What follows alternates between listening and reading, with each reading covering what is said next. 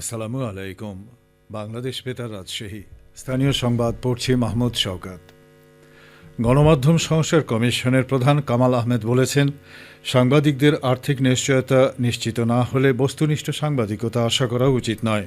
তিনি বলেন, সাংবাদিকদের আর্থিক নিশ্চয়তা নিশ্চিত করতে সরকারের কাছে সুপারিশ করবে গণমাধ্যম সংস্কার কমিশন। আজ দুপুরে রাজশাহী জেলা প্রশাসকের সম্মেলন কক্ষে আয়োজিত গণমাধ্যম সংস্কার কমিশনের সাথে রাজশাহী বিভাগের প্রিন্ট ও ইলেকট্রনিক মিডিয়ার সাংবাদিকদের সাথে মত বিনিময় সভায় গণমাধ্যম সংস্কার কমিশনের প্রধান এসব কথা বলেন। তিনি আরও বলেন, সংবাদ প্রকাশের জেরে সাংবাদিকদের বিরুদ্ধে মামলা হলে তা প্রতিষ্ঠানকে মোকাবেলা করা সহ সাংবাদিকদের নিরাপত্তায় যথাযথ সুরক্ষা সামগ্রীও প্রতিষ্ঠানকে সরবরাহ করতে হবে। এছাড়া সাংবাদিকদের ব্যাংক হিসেবে অস্বাভাবিক আর্থিক লেনদেনের বিষয়ে তদন্ত হবে। অনুষ্ঠানে উপস্থিত ছিলেন গণমাধ্যম সংস্কার কমিশনের সদস্য সচিব কাজী জিয়াউল বাসেত, সদস্য শামসুল হক জাহিদ, কামরুন্নেসা হাসান, গীতিয়ারা নাসরিন, জিমি আমির ও মোস্তফা সবুজ। সভায় রাজশাহী বিভাগের বিভিন্ন জেলা থেকে প্রিন্ট ও ইলেকট্রনিক মিডিয়ার প্রায় অর্ধশত গণমাধ্যম কর্মী অংশ নেন। গণমাধ্যম কর্মীরা গণমাধ্যম সংস্কারে কমিশনকে বিভিন্ন পরামর্শ প্রদান করেন। নওগাঁর নিয়ামতপুরে উপজেলা প্রাণী সম্পদ ও ভেটেরিনারি হাসপাতালের আয়োজনে ক্ষুদ্র নৃগোষ্ঠীর মাঝে মুরগি ও মুরগির খাদ্য বিতরণ করা হয়েছে। আজ সকালে প্রাণী সম্পদ অফিস চত্বরে অনুষ্ঠানে প্রধান অতিথি ছিলেন উপজেলা নির্বাহী অফিসার মেহেদী হাসান। আয়োজকরা বলেন, সমতল ভূমিতে বসবাসরত অনগ্রসর ক্ষুদ্র নৃগোষ্ঠীর আর্থসামাজিক ও জীবনমান উন্নয়নের লক্ষ্যে সমন্বিত প্রাণী সম্পদ উন্নয়ন প্রকল্পের আওতায় নিয়ামতপুর উপজেলায় নির্দিষ্ট জনগোষ্ঠীকে সহযোগিতা দেওয়া হচ্ছে। অনুষ্ঠানে 843টি পরিবারের প্রত্যেককে 20টি করে মুরগি ও 9 কেজি করে মুরগির খাদ্য বিতরণ করা হয়।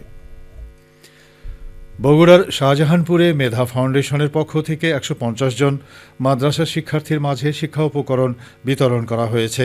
আজ দুপুরে মানিকদীপা দারুস সুন্নাহ দাখিল মাদ্রাসার অসচ্ছল শিক্ষার্থীদের মাঝে উপকরণ বিতরণ করেন উপজেলা ছাত্র দলের সাবেক সভাপতি এনামুল হক এনাম।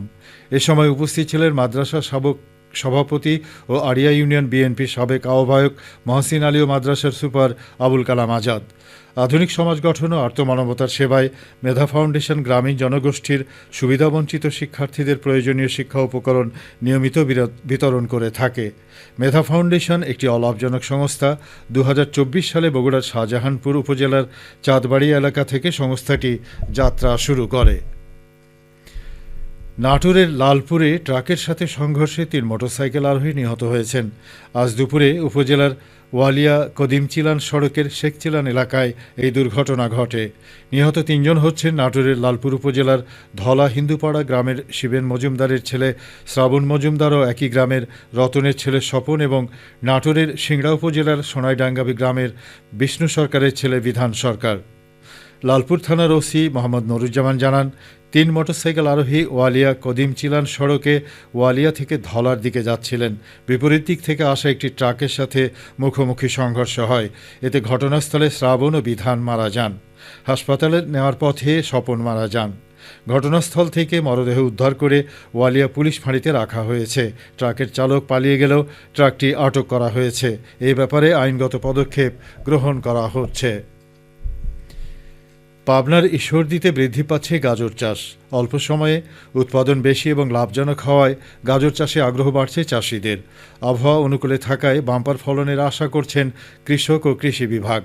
পাবনা জেলা কৃষি সম্প্রসারণ অধিদপ্তরের উপপরিচালক ডক্টর জামাল উদ্দিন জানান, এই উপজেলার গাজর বেশ বিখ্যাত। গাজর চাষ করে ঈশ্বরদীর কৃষকরা জাতীয় পুরস্কারও পেয়েছে। এবছর প্রায় 1010 হেক্টর জমিতে গাজর চাষ হয়েছে। তিনি আরও জানান, 1 বিঘা জমিতে গড়ে 60 থেকে 70 হাজার টাকা খরচ হয় এবং বিক্রি হয় 1,80,000 থেকে 2 লাখ টাকা পর্যন্ত। ফলে লাভ বেশি হয় কৃষকরা গাজর চাষে ঝুঁকছেন। চাষিদের কৃষি বিভাগ থেকে সব ধরনের সহযোগিতা করা হচ্ছে। এসো দেশ বদলায় পৃথিবী বদলায় এই প্রতিপাদ্যকে সামনে রেখে তারুণ্যের উৎসব 2025 উদযাপন উপলক্ষে সিরাজগঞ্জে আন্তঃ উপজেলা বালক বালিকাদের অনূর্ধ্ব-17 গোল্ড কাপ ফুটবল টুর্নামেন্ট শুরু হয়েছে। আজ শহীদ শামসুদ্দিন স্টেডিয়ামে টুর্নামেন্টের উদ্বোধন করেন সিরাজগঞ্জ জেলা প্রশাসক ও জেলা ক্রীড়া সংস্থার সভাপতি মোহাম্মদ নজরুল ইসলাম। জেলা প্রশাসনের উদ্যোগে এবং যুব ও ক্রীড়া মন্ত্রণালয়ের আয়োজনে উদ্বোধনী খেলায় বেলকুচি উপজেলা ও সদর উপজেলা বালিকা ফুটবল দল অংশগ্রহণ করে। বেলকুচি বালিকা দল ৮-০ গোলে সদর উপজেলাকে পরাজিত করে। সবশেষে আবহাওয়া। আজ রাজশাহীতে সর্বোচ্চ তাপমাত্রা ছিল ২৫ ডিগ্রি এবং সর্বনিম্ন ১১.৪ ডিগ্রি সেলসিয়াস। বিকেল ৩টায় বাতাসে আপেক্ষিক আর্দ্রতার পরিমাণ ছিল ৫৮%। রাজশাহী ও পার্শ্ববর্তী এলাকায় আজ সূর্যাস্ত সন্ধে ৫টা ৪২ মিনিটে। সংবাদ শেষ হলো। আমাদের পরবর্তী স্থানীয় সংবাদ সন্ধে ৭টায়।